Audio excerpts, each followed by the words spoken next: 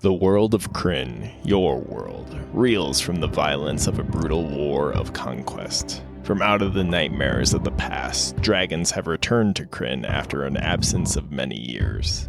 Aided by these serpentine monsters, armies of evil have spread across the continent of Ansalon, seeking to subjugate all the free people of your land. Here we go again. It seems like there's always some kind of war on Kryn. Hey, the new book's coming out. I want to get caught up so we know what's happening. Yeah, but this story's been going on for like 40 years. How about we just get a recap or something? All right, time for some Eldritch history. This week we're talking all about the novels of Dragonlance. Now, as much as I wish I could detail all of them, there's about 200 of them currently, so well beyond the scope of a single podcast episode. But since I'm doing this specifically because on August 2nd, 2022, Dragons of Deceit by Margaret Weiss and Tracy Hickman is coming out, the first Dragonlance novel in over a decade, I figured this would be a good time to detail the books that I think will have the biggest impact on the story of the new book coming out. And I'll explain more about my reasoning behind this at the end when it will make more sense and you have more details. But I figured I'll go through the books, detail their plots for people who have read them, but it's been a while and want to be caught up, or for people who haven't read them, but who want to read the new book. This will give them some background in order to better understand what might be happening. Or this could just be if people are interested in the story of Dragonlance, here's an easier way than reading the 9 books that I'll be detailing here. So specifically on this episode, I'll be going over the first 6 books of Dragonlance, as well as 3 later editions that kind of fill in some gaps. So those books are the Chronicles Trilogy, which is comprised of Dragons of Autumn Twilight, Dragons of Winter Night, and Dragons of Spring Dawning, as well as the Legends Trilogy, which is made up of Time of the Twins, War of the Twins, and Test of the Twins. And then I'll also briefly detail the Lost Chronicles, comprised of Dragons of the Dwarven Depths, Dragons of the High Lord Skies, and Dragons of the Hourglass Mage. Now, there is a lot of material to cover, so I want to get into it as quickly as possible. But first, some background on the setting and the world of Dragonlance in order to set you up for what's to come. The big thing I want to point out is that Dragonlance is set on the world of Kryn, and the timeline of that world is divided into various ages. The first age is known as the time of creation, where the gods are born from chaos, and the gods in turn create the world of Kryn. The second age is known as the Age of Dreams, and it sees the rise of the sentient races and civilization. You see the origins of human, elf, dwarf, gnomes, and minotaur, as well as Kender, which is Dragonlance's version of halflings. They're described as brave, fearless, taunting, and cute, with an insatiable curiosity and an innocent tendency to borrow things for indeterminate periods of time. Second Age also is where the Dragon Wars take place, and it's the creation of the eponymous Dragonlances, which are magical weapons made using multiple artifacts, and they are one of the very few ways mere mortals are able to kill dragons. The Third Age, the Age of Might, is mostly known for the time of the Cataclysm, in which kingdoms and countries are destroyed, the seas change, and gods, dragons, and healing magic all disappear from the world of Kryn, which leads us into the Fourth Age, the Age of Despair, a period of 300 years of depression, which is where almost all the novels we're talking about today take place. We'll see one brief departure into just before the Cataclysm, but for the most part, we're in the Age of Despair, and later novels really explore all the ages in some way, shape, or form. But for our purposes, mostly we need to focus on this Age of Despair. That's where we're at on the timeline as the books start out. And the Dragonlance novels have always been ensemble pieces, but the main characters to know about, especially for the books we're talking about, are the heroes of the lance, also known as the companions, who are described in my copy of the first book as an unlikely group of heroes. And I'll give you the brief introduction to each character that's given in the front of the first book. Tanis Half-Elven, who, as you might guess, is a half-elf. He's the leader of the companions, a skilled fighter who detests fighting. He is tormented by love for two women, the tempestuous swordswoman Kitiara and the enchanting elf maiden Lorana. Sturm Brightblade, who is a knight of Solamnia, who were once revered in the days before the Cataclysm. The knights have since fallen into disgrace. Sturm's goal, more important to him than life itself, is to restore the honor of the knighthood. There's Gold Moon, who's a chieftain's daughter, bearer of the blue crystal staff. Her love for a tribal outcast Riverwind leads them both on a dangerous quest in search of truth. Riverwind, the grandson of a wanderer, is given the blue crystal staff in a city where death flew on black wings. He barely escaped with his life, and that was only the beginning. Raistlin, Caramon's twin brother, magic user. Though his health is shattered, Raistlin possesses great powers beyond his young age, but dark mysteries are concealed behind his strange eyes. Caramon, Raistlin's twin brother, warrior. A genial giant of a man, Caramon is the exact opposite of his twin. Raistlin is the one person he cares for, and the one person he fears. Flint Fireforge, dwarf, fighter. Tanis's oldest friend, the ancient dwarf regards these youngsters as his children. And finally, Tasselhoff Burrfoot, Kender, handler. Kender, the nuisance race of Kryn, are immune to fear. Consequently, trouble just seems to follow them home. And those are our heroes, as described at the beginning of the first book. Along the many novels, they'll gain members as well as friends and allies, encounter terrible enemies, and will lose some of the companions along the way. All right, so before we get into the books themselves, obviously I'm summarizing a bunch of books in a less than hour-long podcast, so I'm going to leave stuff out, just the way it's got to be, especially character development and stuff like that.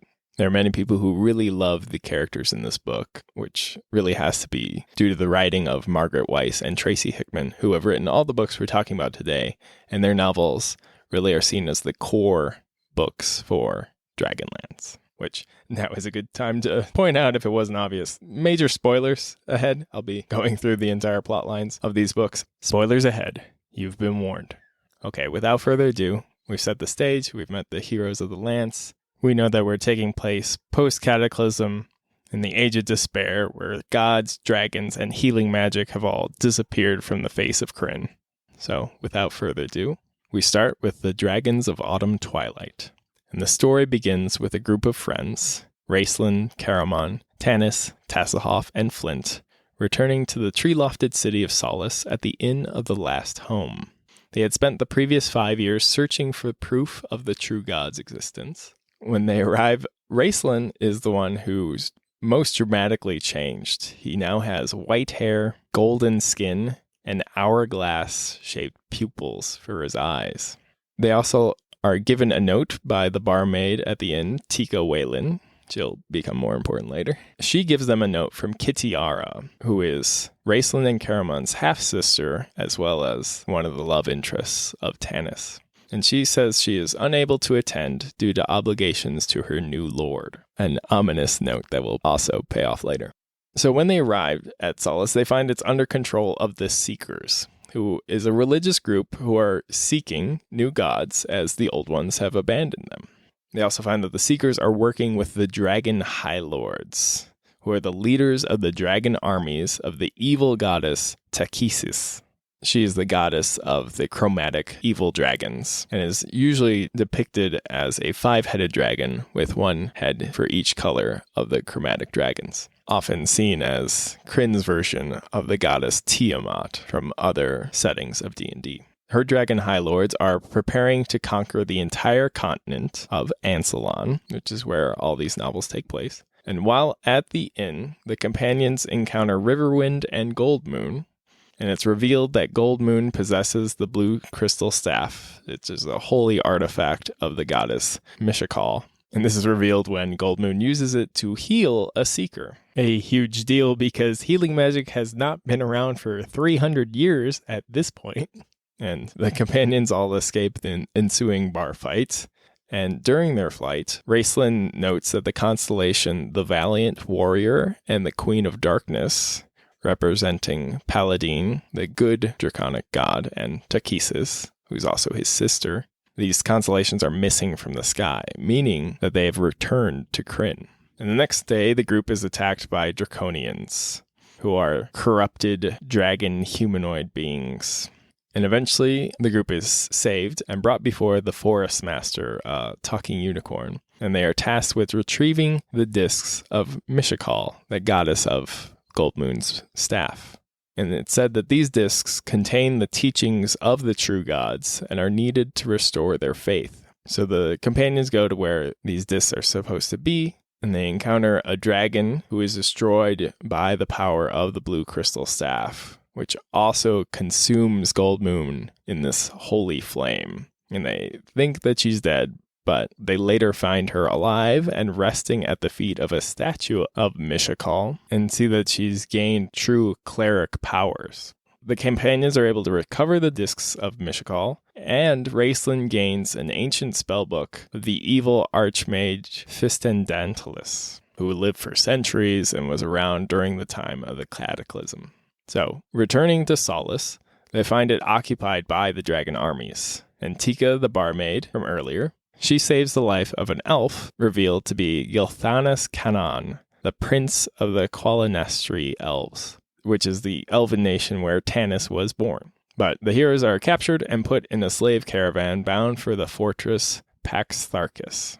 Along the way, they meet a seemingly senile wizard named Fizban, and are eventually saved by an elven attack on the caravan led by Gilthanas' brother Portheos, who's there to save him, but manages to save all the companions. So they all travel to Qualinestri, where Gilthanas and Portheos and Tanis are from, and they plan to attack Paxtharkis to free the slaves that did go there and get it out of the control of the dragon High Lord Verminard. While in Qualinestri, they also encounter Tanis' fiancée, Princess Lorana Canaan, sister of Gilthanas and Portheos. But Tanis breaks off their engagement due to his love of Kitiara, the absent half-sister of Raistlin and Caramon, who did not join the reunions. So, the companions, along with Tika, Gilthanas, and Fizban, all head for Paxtharkis. Along the way, they meet a human warrior named Eben Shatterstone, and discover that Lorana has been following them, but it's too late to send her back. So they use a secret route into Paxtharkis, but are confronted by a banshee, which Raistlin is able to protect them from, but Tasselhoff and Fizban are separated from the group. So the companions reach the slaves, and Goldmoon heals a dying seeker named Elistan. She's able to convert him to the faith of the true gods and actually gives him the discs of Mishakal. And he would go on to become the first cleric of Paladin and the leader of Paladin's church on Krynn. Meanwhile, Tasselhoff and Fizban discover there's a traitor in the ranks, but are attacked by a red dragon named Ember. Fizban is lost, and Ember activates the fortress's defenses. The rest of the companions find the slave children, but they are being guarded by a senile red dragon named Flamestrike, who actually believes the children of the slaves are her own children. They find out that Eben is the traitor, and High Lord Verminard appears on the back of Ember and threatens every man, woman, and child. But his threats on the children cause Flamestrike, that older dragon, to attack Ember in a rage, and a slave uprising occurs as well. Eben the traitor tries to sneak away with a mysterious figure known as the Everman, but they are both crushed by falling rocks due to Ember's actions. The companions win the battle, kill Verminard, and Flamestrike sacrifices herself to kill Ember. And in the aftermath, Goldmoon and Riverwind get married, and the Everman, who was crushed, is somehow alive, is spotted at the ceremony, but he flees once he's seen. And the book ends with Raistlin ominously saying that although they won the battle, they haven't won the war yet. The second book is Dragons of Winter Night, and it picks up not too long after the first book ends. But in exchange for the Hammer of Karas, who's a legendary hero, the refugees the companions saved from Paxtharkis are granted temporary haven in the dwarven city of Thorbarden. The companions go on to search for a permanent home for the refugees and meet the Sylvanestri princess, Alhana Starbreeze. And the Sylvanestri are a different group of elves on Krynn. They also encounter a small group of Knights of Solamnia, the group that Sturm is a part of, which is led by Derek Crownguard. They manage to learn about the existence of dragon orbs, which are ancient magical artifacts that can control dragons. But a dragon attack that destroys the city they're in separates the companions into two groups. Tanis, Riverwind, Goldmoon, Caramon, Raceland, and Tika are rescued by Alhana, while Lorana, Gilthanas, Sturm, Flint, Tazahoff, and Elistan escape with Derek and the Knights. And the group with Alhana head to Sylvanesti, her ancient elven homeland, and discover it's been caught in a manifested nightmare caused by the Elven King, her father's attempt to utilize a dragon orb.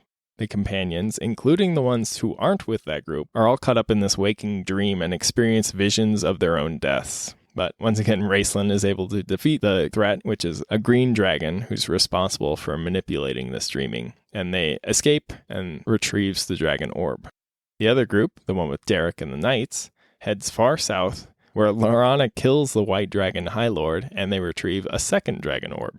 And en route to the Knights' base of Sandcreast, they are attacked by a white dragon and shipwrecked. And they wind up on this island that's got tensions between three rival groups of elves. The Qualinestri, which Lorana and her brothers are part of. The Sylvanestri, like Alhana and her people, as well as a third group known as Wild Elves. So amid the tensions, this half of the companions encounter a group of hostile Sylvanestri elves, and Gilthanas is actually knocked unconscious before Lorana can defuse the situation. And once she does, the Sylvanesti have a wild elf named Silvara heal Gilthanas, and they escort the group to a Qualinestri elf city. But unfortunately, the Qualinestri are no better. They snub Lorana, insult her family, and imprison the non-elves, and take the dragon orb. But Lorana, Gilthanas, Silvara, and a human blacksmith named Theros Ironfeld manage to steal the dragon orb, free the others, and they all flee while pursued by the elves. Derek and Sturm's relationship grows tense when Sturm refuses an order to attack the elves, but the two knights take the orb to their original destination, the knights based on Sandcreast, while the rest of the party lures away the elves. While doing so, Silvara leads them to the tomb of Huma Dragonbane, this legendary hero. And they meet up with Fizban, who is somehow alive after his encounter with Ember. And Silvara reveals that she's actually a silver dragon, and she agrees to help the party in forging the Dragonlances, those ancient weapons made for killing dragons, in order to turn the tide of the war. Meanwhile, the Knights of Solamnia call together a council to form an alliance to help fight the dragon armies, but infighting occurs due to various prejudices and desire for the dragon orb, which leads Tasslehoff to just destroy the artifact. And before the ramifications of that action really take hold, Theros, the blacksmith, demonstrates the power of his newly forged Dragonlance and is able to restore order. Also at this council, Lorana and Flint help exonerate Sturm from charges that Derek has brought against him in the Knightly Order. And Sturm is actually placed as third in command of a force of knights who are sent to defend the High Claris Tower in Solamnia, which is a very strategic point in the mountains between two nations. And Lorana is asked to accompany him to help deliver the Dragonlances, having impressed some of the higher-up knights while defending Sturm. So the other group of the companions has been laying low in a port city, which is currently occupied by the Blue Dragon Army. Raceland has gained power over their dragon orb, and Tanis and Caramon managed to steal officer uniforms to blend in with the dragon army. But Tanis is attacked in a back alley and is rescued by Kitiara, who reveals that she's actually risen to the rank of Dragon High Lord in charge of the Blue Dragon Army. Tanis claims to be a new officer under her command in order to cover up his actual intentions and to help protect the rest of his friends. And afterwards, the two resume their love affair. At the High Claris Tower, the Knights of Solamnia, along with Lorana, Flint, and Tass, have fortified it, but are greatly outnumbered by a besieging Blue Dragon army, and they're low on supplies and morale. Tensions between Derek and Sturm have led to a split in the ranks of the knights, and Derek becomes increasingly desperate and orders a frontal assault on their enemies, reasoning that they're going to flee before the might and strength of the knights. Sturm sees this as suicide and refuses the order on behalf of his men. But Derek leads the attack anyways, which results in their slaughter. And the dragon army commander, Bakaris, taunts the knights with their lord's disembodied head and a dying Derek, until Laurana shoots an arrow into his arm. The dragon army attacks the tower the next day, but the few knights, who are now under the command of Sturm, are able to repel the attack. Tasselhoff manages to find another dragon orb deep within the tower and shows Laurana how to use it, and she realizes that the tower was designed to trap and kill dragons. So Sturm goes to fight the approaching blue dragons to buy time for them to set the trap, and he successfully stalls them for a while, but is eventually killed by Kitiara. Laurana uses the dragon orb to lure 2 dragons into traps where the knights are able to kill them with the dragon lances. The orb also drives the Draconians insane and collapses the blue dragon army into chaos. Laurana is exhausted from using the orb, but rushes forward to help defend Sturm's body from that chaos, where Kitiara confronts and disarms her, then taunts her with the fact that Tanis is with her now, and she instructs Laurana to give Sturm a knight's funeral before she leaves without harming Laurana. The book ends with that funeral for Sturm, who is buried underneath the tower, having really fulfilled his goal of serving as an inspiration for what the Knights of Solamnia should be.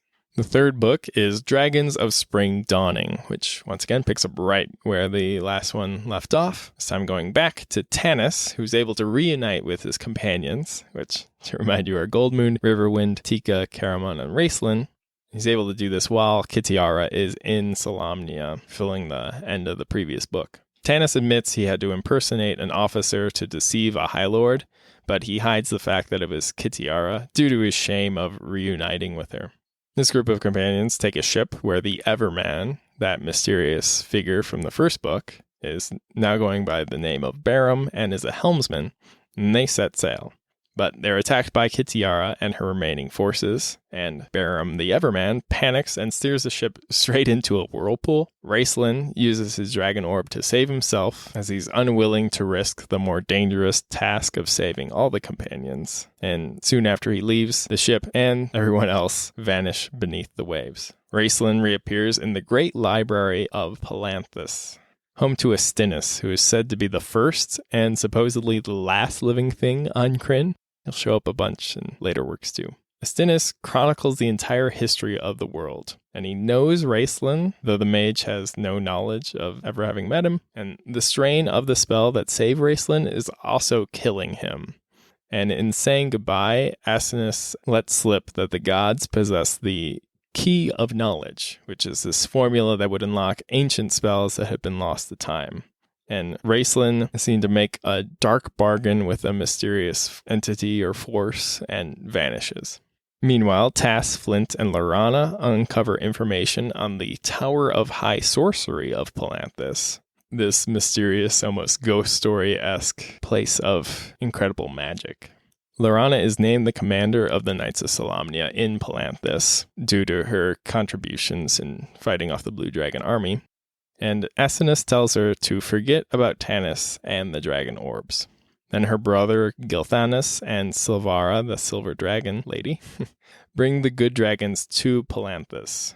Previously, the good dragons were staying out of the war because the dragon armies had taken their eggs hostage, but now it's revealed that the Draconians are actually made from corrupting those eggs. So the good dragons join the fight to avenge their young. Gilthanas then reveals to Laurana that he overheard Kitiara talking about how Tanis was serving her. Laurana goes on to organize a flying cavalry of knights astride good dragons while wielding dragon lances. And they take the offensive, winning victory after victory, and causing Laurana to become known as the Golden General. Flint and Tass actually ride a bronze dragon in one of the attacks and capture Kitiara's second-in-command, Bakaris. But Kitiara sends Laurana a note saying that Tanis has been mortally wounded and wants to see her. And Kitiara will only allow this in exchange for the safe return of Bakaris. Flint and Tass believe this to be a ploy, but based off their previous meetings and Gilthanas' confirmation that Tanis is with Kitiara, Laurana believes it to be the truth. Meanwhile, Emperor Ariakas, leader of the dragon armies, plans to execute Kitiara for her repeated failures against Laurana, but his hand is stayed by Lord Soth. And Lord Soth is one of my favorite characters from D&D in general, let alone Dragonlance. He's absolutely terrible in all the best ways, and he is a one-time knight of Solamnia who completely fell from grace, made absolutely awful, terrible decisions that actually wound up with the cataclysm happening when he had a chance to stop it, and he was cursed thereafter to become a Death Knight, this undead warrior who, if you look in the 5th edition Monster Manual, the Death Knight picture there is actually Lord Soth. He's great, and I'll definitely be having an episode dedicated to him. Kitiara convinces the Emperor that she has a plan to capture the Golden General, Laurana, and turn the tide of the war. So Laurana, Flint, and Tass sneak Bakaris to the rendezvous point, which, of course, is a trap.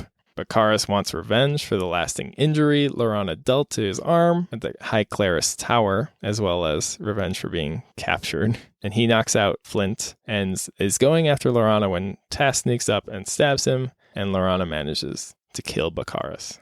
But before they can leave, they encounter Lord Soth, who takes Laurana prisoner. It's then revealed that Tanis and the rest of the companions from his ship, along with Barum the Everman, actually survived the whirlpool and are in the sunken city of Istar, now inhabited by the Sea Elves who saved them.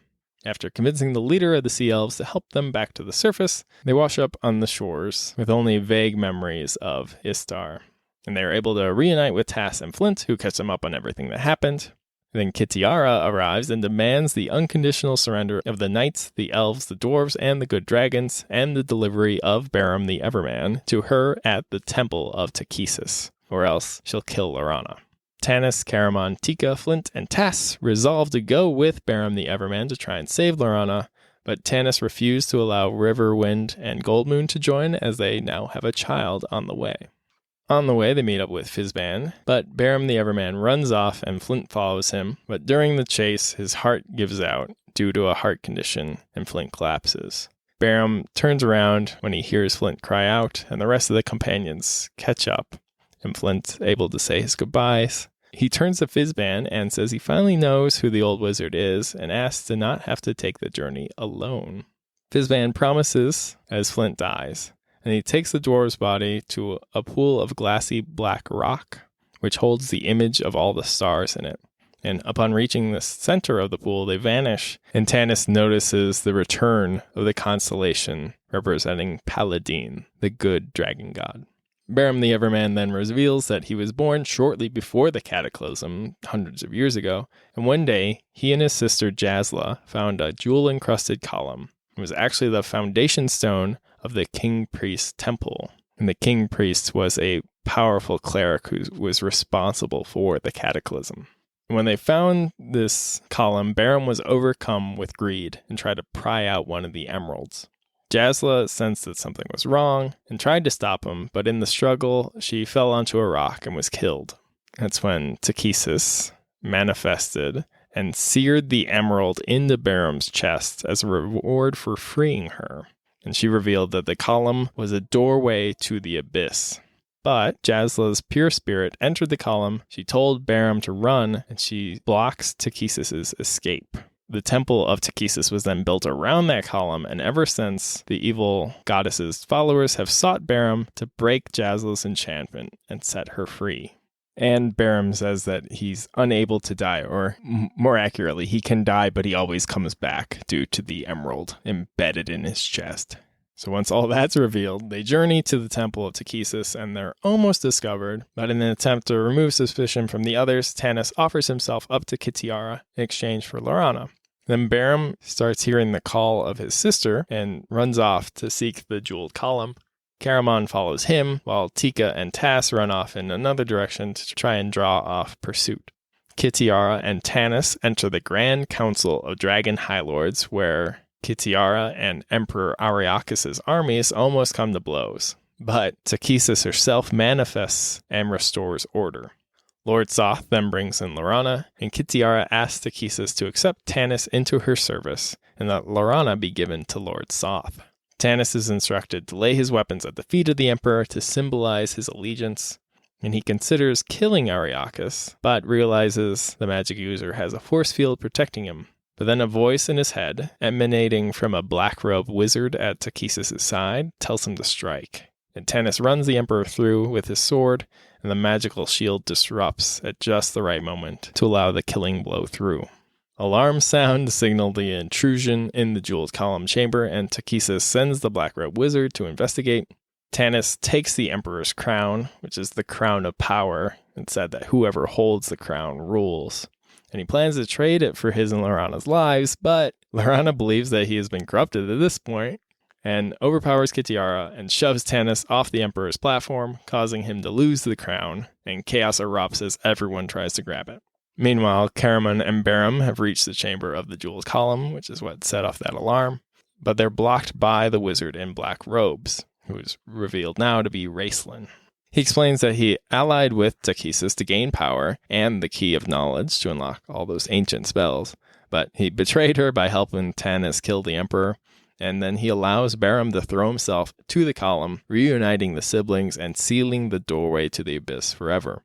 Takesis is banished, and her temple begins to collapse. Raistlin helps Caramon, Tika, and Tass to escape before summoning a dragon to fly away.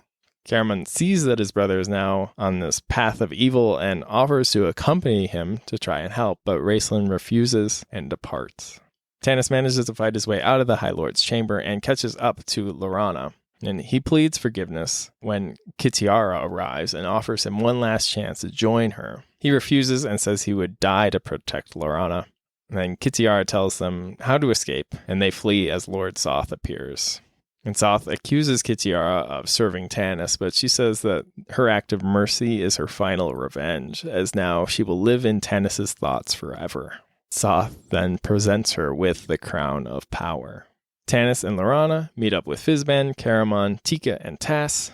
Fizban reveals that he is really the god Paladin, and explains that good and evil dragons will remain on Krynn to keep the balance. He also reveals to Caramon that Raistlin is helped by the spirit of the ancient evil wizard Fistandantalis. This is who he saw power from and whose book he was given way back in the first book of the series. He also implies to Tass that he will be going on a time-traveling adventure soon, which we'll see in the next few books, and that heroes go their separate ways. And the epilogue shows Raistlin claiming the Tower of High Sorcery in Palanthas, that ghost story magical place. Raistlin claims it as his own. So those are the 3 books that make up the Chronicles Trilogy, which details the time period that becomes known as the War of the Lance, and how the companions became known as the Heroes of the Lance. Weiss and Hickman followed up that trilogy with the Legends Trilogy, which focuses mostly on the twins, Raistlin and Caramon, as Raistlin continues down his dark path, seeking godhood. The first of these novels is called Time of the Twins. And in the intro, a devout cleric of Paladin named Chrysania is determined to stop Raistlin pursuing his path of darkness. She actually meets with Asinus the historian, as well as Raistlin himself.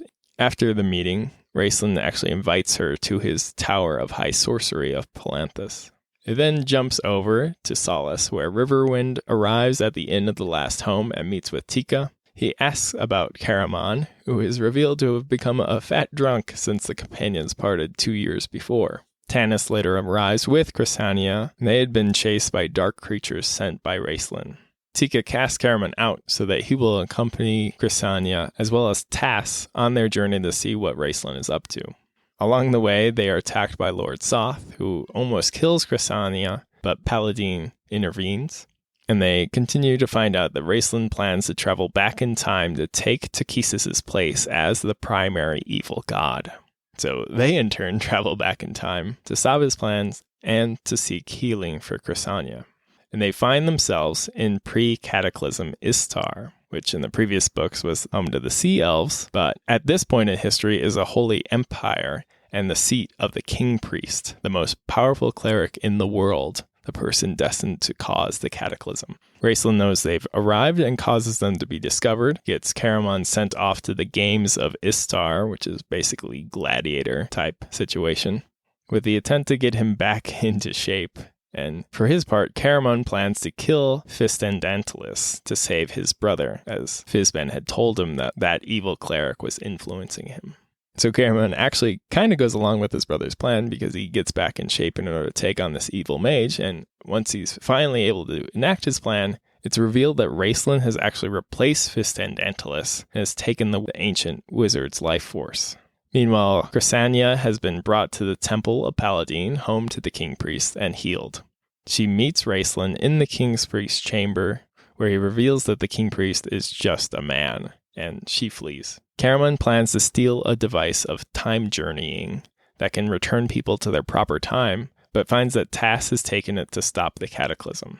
Caramon also finds out that Raistlin has arranged for him to fight the friends that he's made in the gladiator arena, and finally decides that he needs to kill his brother. Tass and Chrysania go to the chamber where the High Priest will cause the cataclysm by calling on the gods, and Tass activates the device as that happens, but the device just falls apart in his hands. Caramon is forced to fight his gladiator friends, and it results in all their deaths. And then all three heroes seek Raistlin in his chamber as Istar crumbles around them. Chrysania manages to stop Caramon from killing Raistlin long enough for the Dark Wizard to complete his time travel spell, which saves them all. And the novel ends with the cataclysm striking and destroying Istar. The second book is The War of the Twins, where it's revealed that the adventurers are still in the past, but safely after the effects of the cataclysm. Raistlin is seeking a portal to the Abyss in order to complete his ascension to godhood, and he bribes Astinus the historian, who reveals that the portal is in the magical fortress of Zaman in the Dwarven lands. Tass, meanwhile, finds himself in the Abyss, where he encounters Zakisis, and she tells him that he has altered time, which may allow her to take over the world. He also meets Nimsh, a gnome, who claims that he's a failure because all of his inventions worked. in gnomish society on Kryn, it's very highly revered to learn from all your mistakes and failed inventions. So since he didn't have any, he sees himself as a failure, even though everything worked. And Nimsh and Tass start fixing Tass's device of time journeying in order to escape the Abyss. Now, Raistlin, Caramon, and Chrysania are kind of stuck recreating the history of Fistandantilus, who Raistlin has replaced in this version of the timeline. And so they create Fistandantilus' army, which marches on the dwarven kingdom of Thorbidin, seen in the previous trilogy. And they get hundreds to join, including the hill dwarves, who say they've been slighted by the mountain dwarves of Thorbidin. During all this, Chrysania professes her love to Raistlin, and he rejects her, causing her to flee, and she plans to bring the word of the true gods back to the people 200 years before Goldmoon did so in the events of the previous trilogy. And Chrysania finds a plague-struck village and tries to convert a false cleric, but discovers that people are still too angry to accept the true gods at this time. And then Raistlin goes on to raise the village in an immense fireball, trying to prepare Chrysania to come with him to the Abyss to enact his plans. Caramon, who's now leader of the army, capture Pax Tharkus, the fortress from the original trilogy where the slave uprising happened, and Caramon's army is able to do so with the help of the Dark Dwarves. The mountain dwarves retreat to Thorbidin, and the dwarf hero Karas, whose hammer played a role in the previous trilogy, he attempts to assassinate Raistlin and severely wounds him. But Chrysania heals the Dark Wizard's wounds, and then Tass and Nimsh manage to escape the Abyss, but are captured in Thorbidin. And Raistlin rescues Tass, but kills Nimsh, because in the original timeline, Nimsh led to Fistandantilus' death. Then the Dark Dwarves betray Caramon's army, slowly killing all the Hill Dwarves, and they attempt to kill Caramon, but are driven back. Raistlin and Caramon talk one last time before Raistlin and Chrysania open the portal and Caramon and Tass activate the device of time journeying. And these actions in tandem cause this giant explosion that levels Zaman. And the book ends with Raistlin overcoming this giant explosion that killed Fistandantilus in the original timeline, and he's able to enter into the Abyss.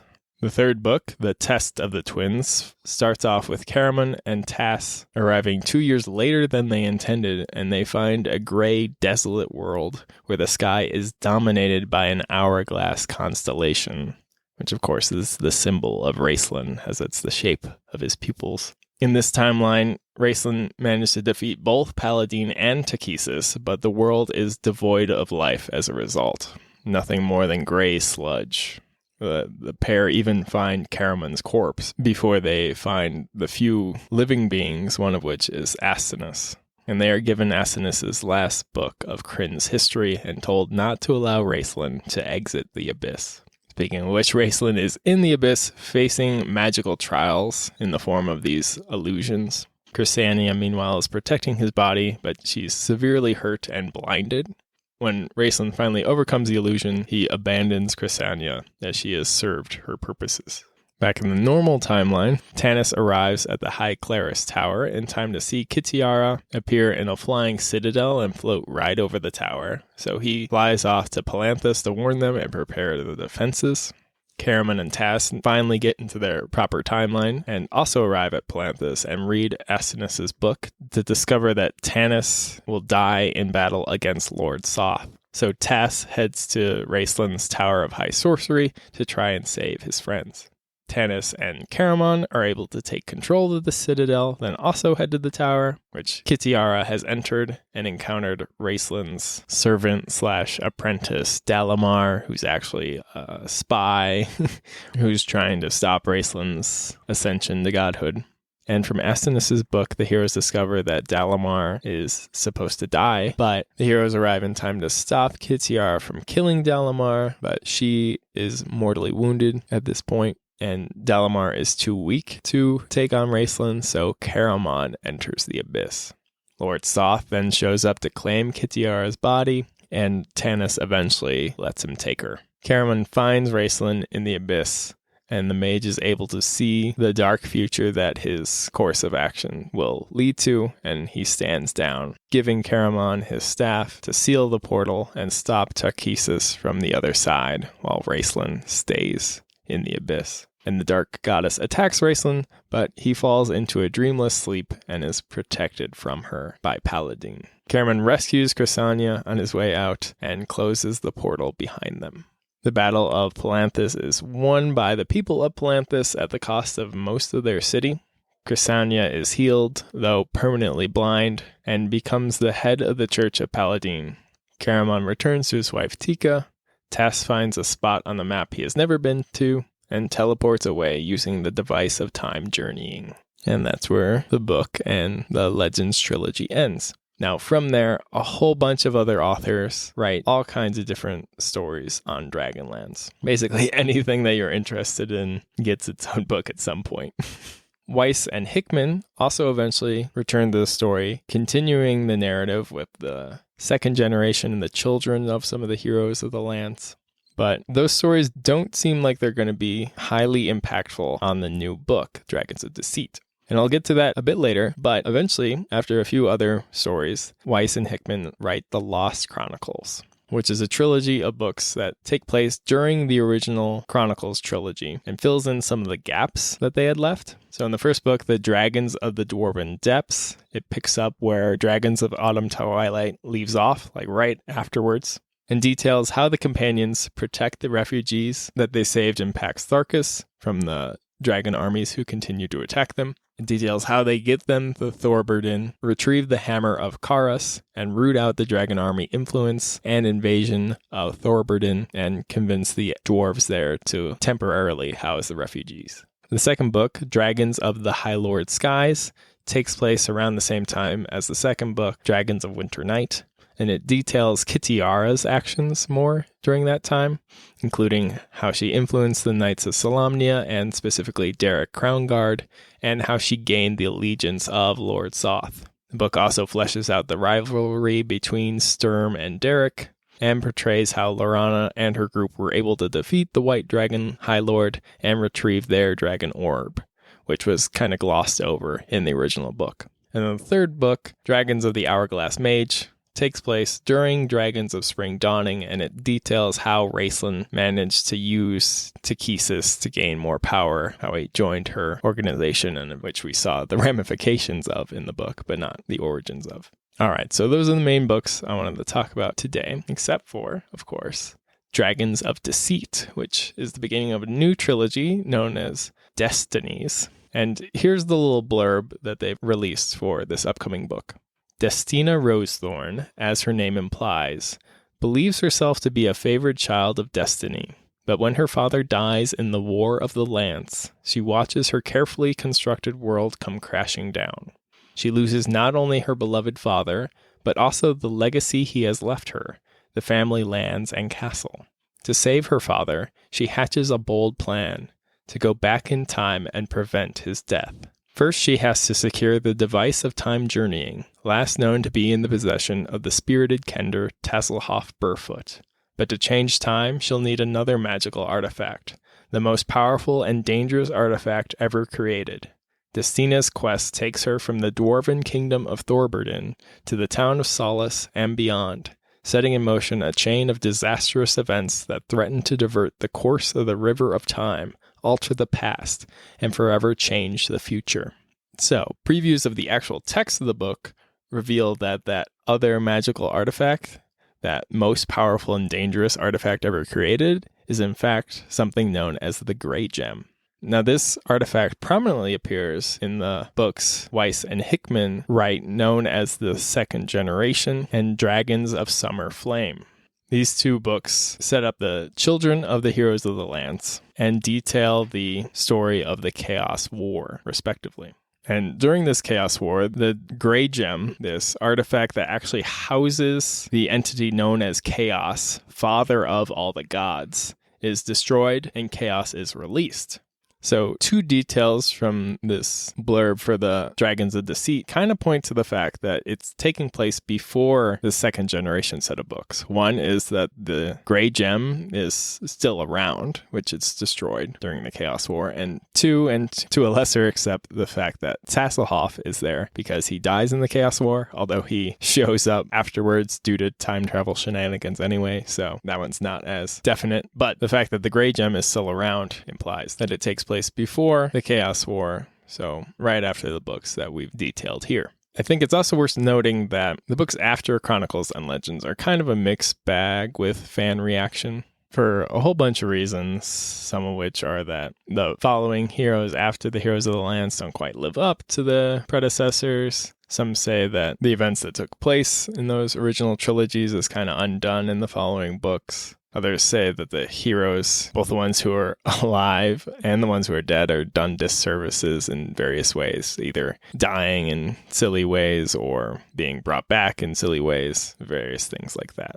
Which, of course, any book is going to have various levels of, people liking or not liking it. But it's interesting to see that they're going forward with a trilogy of books that takes place during what seems to be the most popular timeline, the War of the Lance timeline, or at least its immediate after effects. And then also dealing with time travel again, which could allow them to really do whatever they want with how the story goes. They could bring back people who are already dead. They could completely rewrite things that they don't really like, especially during this time when D&D is really emphasizing this multiverse type of thing. It'll be interesting to see how much they continue with and how much they go back on. It definitely does seem like a very interesting way to kind of have the best of both worlds of being able to, we want to keep these elements, but we also want to get rid of these other elements. So I'm very interested to read it to see what they choose to do and how they choose to set up Dragonlance for this new generation. People who've just come in for 5th edition, which again, with hundreds of novels, all kinds of adventures, and then also a decade of the setting just languishing. So I think it's definitely smart to do like a hard reset where here you can just jump in and learn this new status quo instead of having to worry about everything.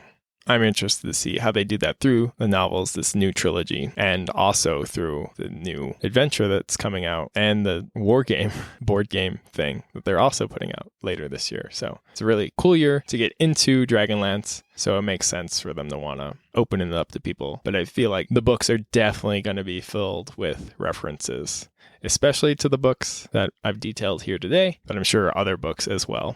So it'll be cool to see how all those elements are brought together, intertwined, and refreshed into a new form of some case. Although I could be completely wrong and they just reset it to the normal status quo. So we'll just have to wait and see. I'm excited. Thank you very much for listening. If you like this episode, please share it with a friend. Want to try to help this podcast grow and reach new people. This has been Eldritch History. My name is Jacob Tomlinson Korst. And until next time, may you always make your saving throw, especially against getting your whole history rewritten by somebody with a divisive time journey, unless it winds up being for the better. I don't know, we'll see.